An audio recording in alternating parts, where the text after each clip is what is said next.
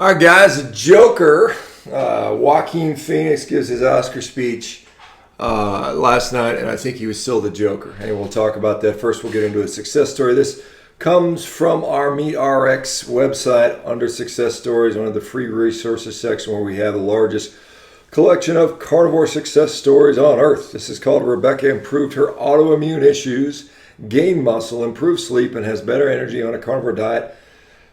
Picture of Rebecca here before and after. Hello, I wanted to share my success story thus far. My life has changed and improved drastically, and I wasn't sure I was going to be alive less than a year ago. My name is Rebecca. I've always had a passion for health, nature, fitness, and holistic nutrition, medicine. I was diagnosed with osteoporosis in 6th grade. In 7th grade, I ran into chronic pain. I was rushed to the emergency room with severe chest pains and left with a diagnosis of costochondritis and degenerative disc.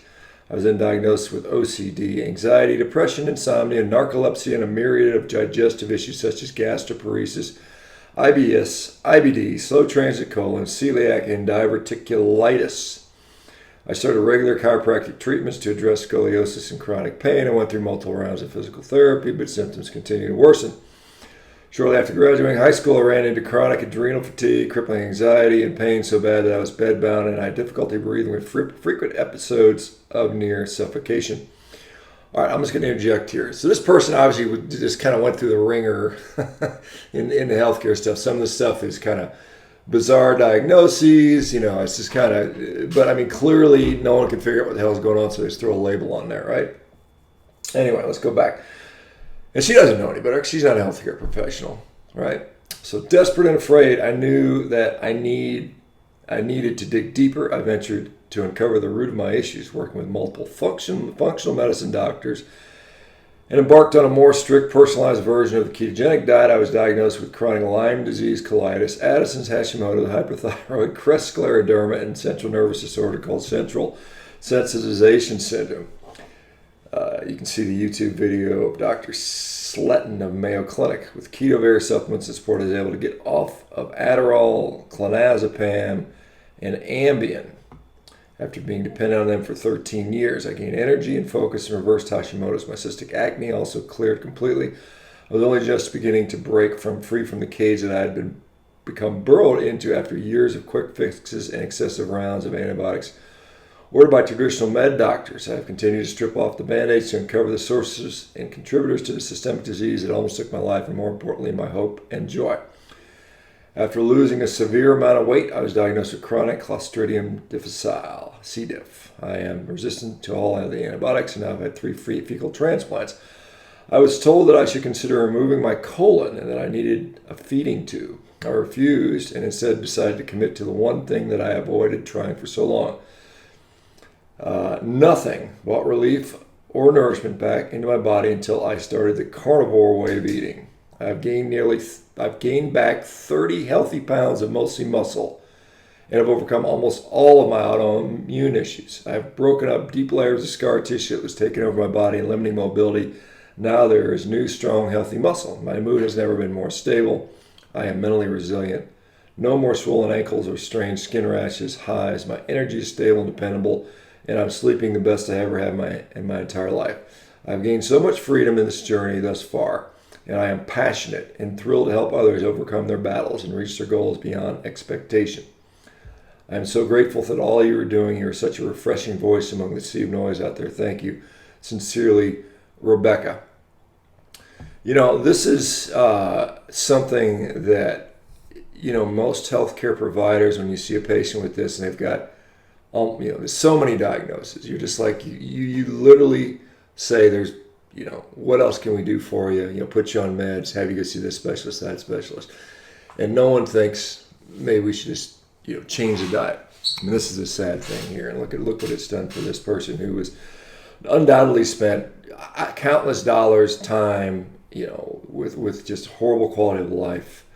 And Carnivore Diet's fixing that. And I think that is incredibly awesome, and I'm excited to see that. All right, little tidbit here: alcoholic liver disease, updating the role of dietary fat. So we see that in this particular case, The protective effects of dietary saturated fat and deleterious effects of dietary unsaturated fat on alcohol-induced liver pathology are well recognized and documented in experimental animal models of alcoholic liver disease. Moreover, it has been demonstrated in an epidemiologic study of alcoholic cirrhosis that dietary intake of saturated fat was associated with a lower mortality rates, whereas dietary intake of unsaturated fat was associated with higher mortality. I'm not promoting you get drunk and drink a bunch of alcohol, but there is data out there that shows that saturated fat will protect the liver from ethanol-induced alcoholic liver disease. So if you're going to have a glass of wine, pair it with a steak. Okay, a little bit of censorship going on, guys. This is somebody complaining, says, hey, they try to like one of my posts, and they said action blocked. Instagram said no. Based on previous use of this feature, your account has been temporarily blocked from taking this action. This block will expire on the 10th of February 2020. Restrict certain content and actions to protect our community. Don't like Dr. Baker's post, right? We're going to protect you, the community. We're going to protect the community from that. Another person that goes by Seattle's Butcher Wife. It's so awful. It happens to me also if I use the carnivore hashtags. My husband is a butcher by trade and owns a meat processing plant. So if I do hashtags with butcher or meat processing, I notice that I'm blocked from comments as well. During Christmas, I was blocked for a whole week on Instagram. Craig and Maria Emmerich, same thing. 7 weeks. 7 weeks now. I've been blocked from posting in my own Facebook group. Now Maria is being blocked from logging in for the second time in 2 weeks. Last one took 2 days to resolve. If this isn't censorship, I don't know what is. Ever since our carnivore cookbook launched at the beginning of the year, we have been nothing but trouble. Shadow banned, blocked, unable to log in. Maria with almost 200,000 followers on her Facebook page. Even when she would log in the last week or so, it would be like 2 likes and 10 views of her post. If you search Facebook right now, she doesn't even show up. Somebody please invent a social media platform without censorship. So it's coming, guys. We're seeing it. We got people being removed from Wikipedia, Malcolm Kendrick, Jimmy Moore, Vinnie Tortorich. There is a definite attempt to silence the opposition, censorship. You don't like it, we're not going to engage in healthy discourse. We're going to remove you. We're going to remove your voice. Dr. Neil Bernard, Dr. Michael Greger. No more studies need to be done. Dr. Joel Kahn. We don't need to do any more studies. Okay, we know everything we need to know. Nothing else. We just need to stay with this plant-based recommendation. 10 servings of grain and 10 servings of fruit and vegetables is all we need to know. Humans do not need to investigate anything any further. Anyone that dares to question that will be censored, will be blocked. MeatRx,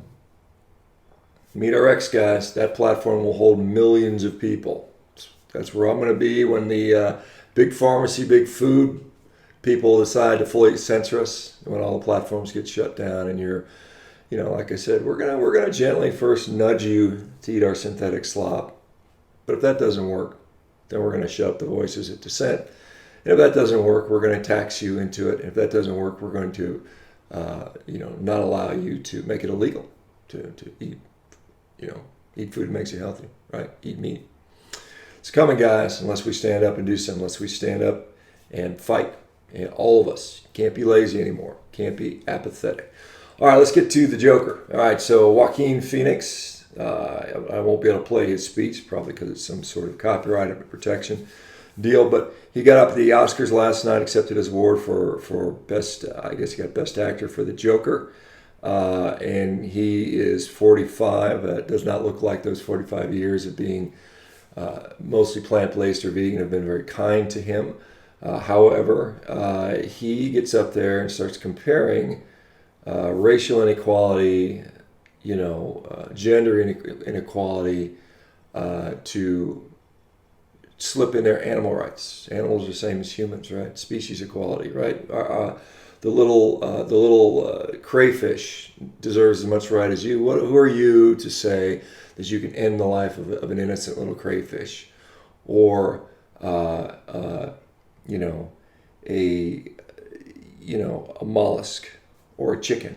Who are you to say that those animals' lives are not as valuable as your own child's life? Why are humans allowed to do that? Should the lion not eat the zebra? Well, we're not talking about wild animals. We're talking about humans, right? But humans have eaten animals forever. I mean, this is who we are. This is what we are. It's what our species is. And so to conflate human inequality to species inequality is just wrong. Okay? Joaquin Phoenix, you're just wrong on that.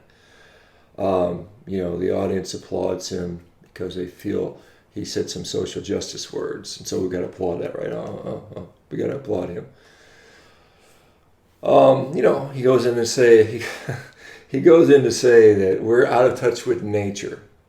We've got a vegan lecturing us about being out of touch with nature. Are you kidding me? Veganism is the most unnatural dietary choice on the planet. Go watch The Lion King again, Joaquin. A diet that subsists on injections and pills and artificial foods and manufactured slop is not natural. Okay, that's not anywhere near natural. Your vegan diet. He then goes on to talk about the dairy industry. The cow is separated from its mom so we can drink some milk. And the cow is artificially inseminated against its will.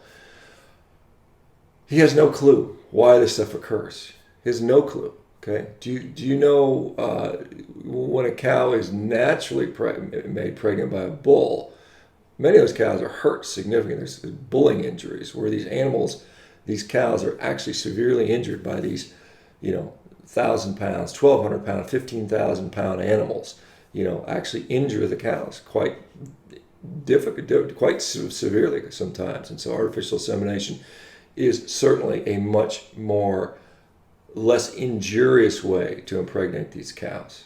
And, so the other, the consent thing, do you think a cow or any wild animal is given consent?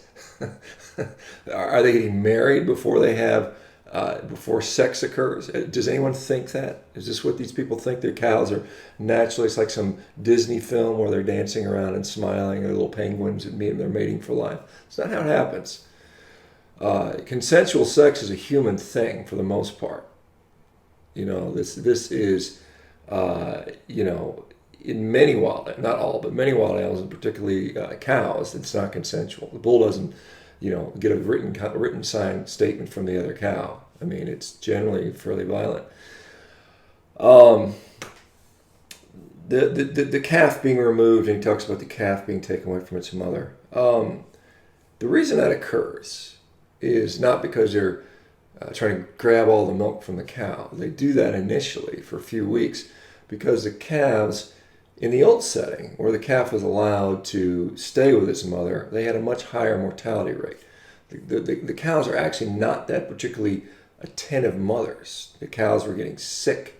The calves were getting sick. Sometimes they wouldn't feed well. They weren't getting enough colostrum.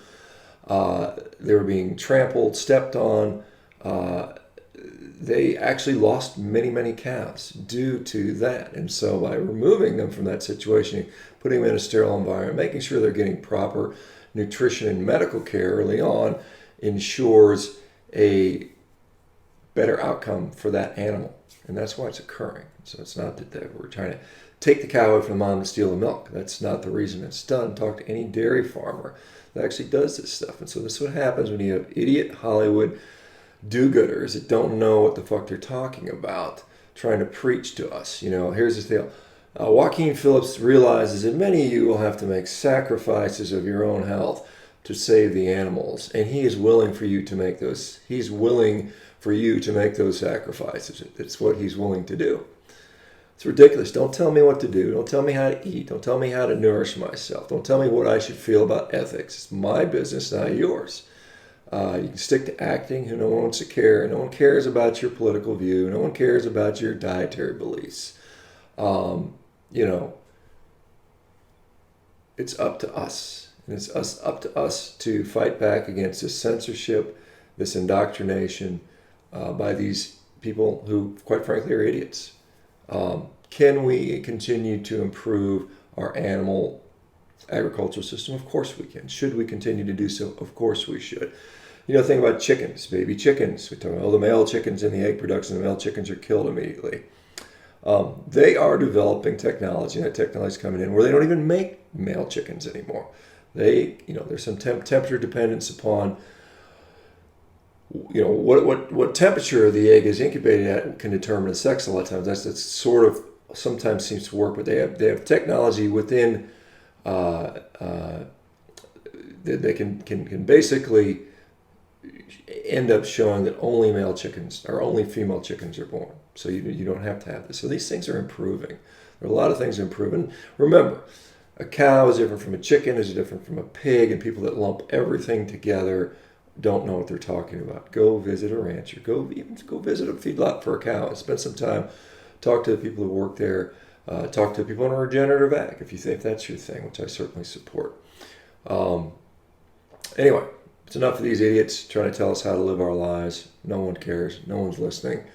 And I think it's time all of us stand back and, order a steak, eat a steak, and tag Joaquin Phillips in your steak, guys. Do that. Have a glass of milk, eat some yogurt, and tag Joaquin Phillips. Let him know that you could give a fuck what he thinks. All right, guys. Have a good day. Take care.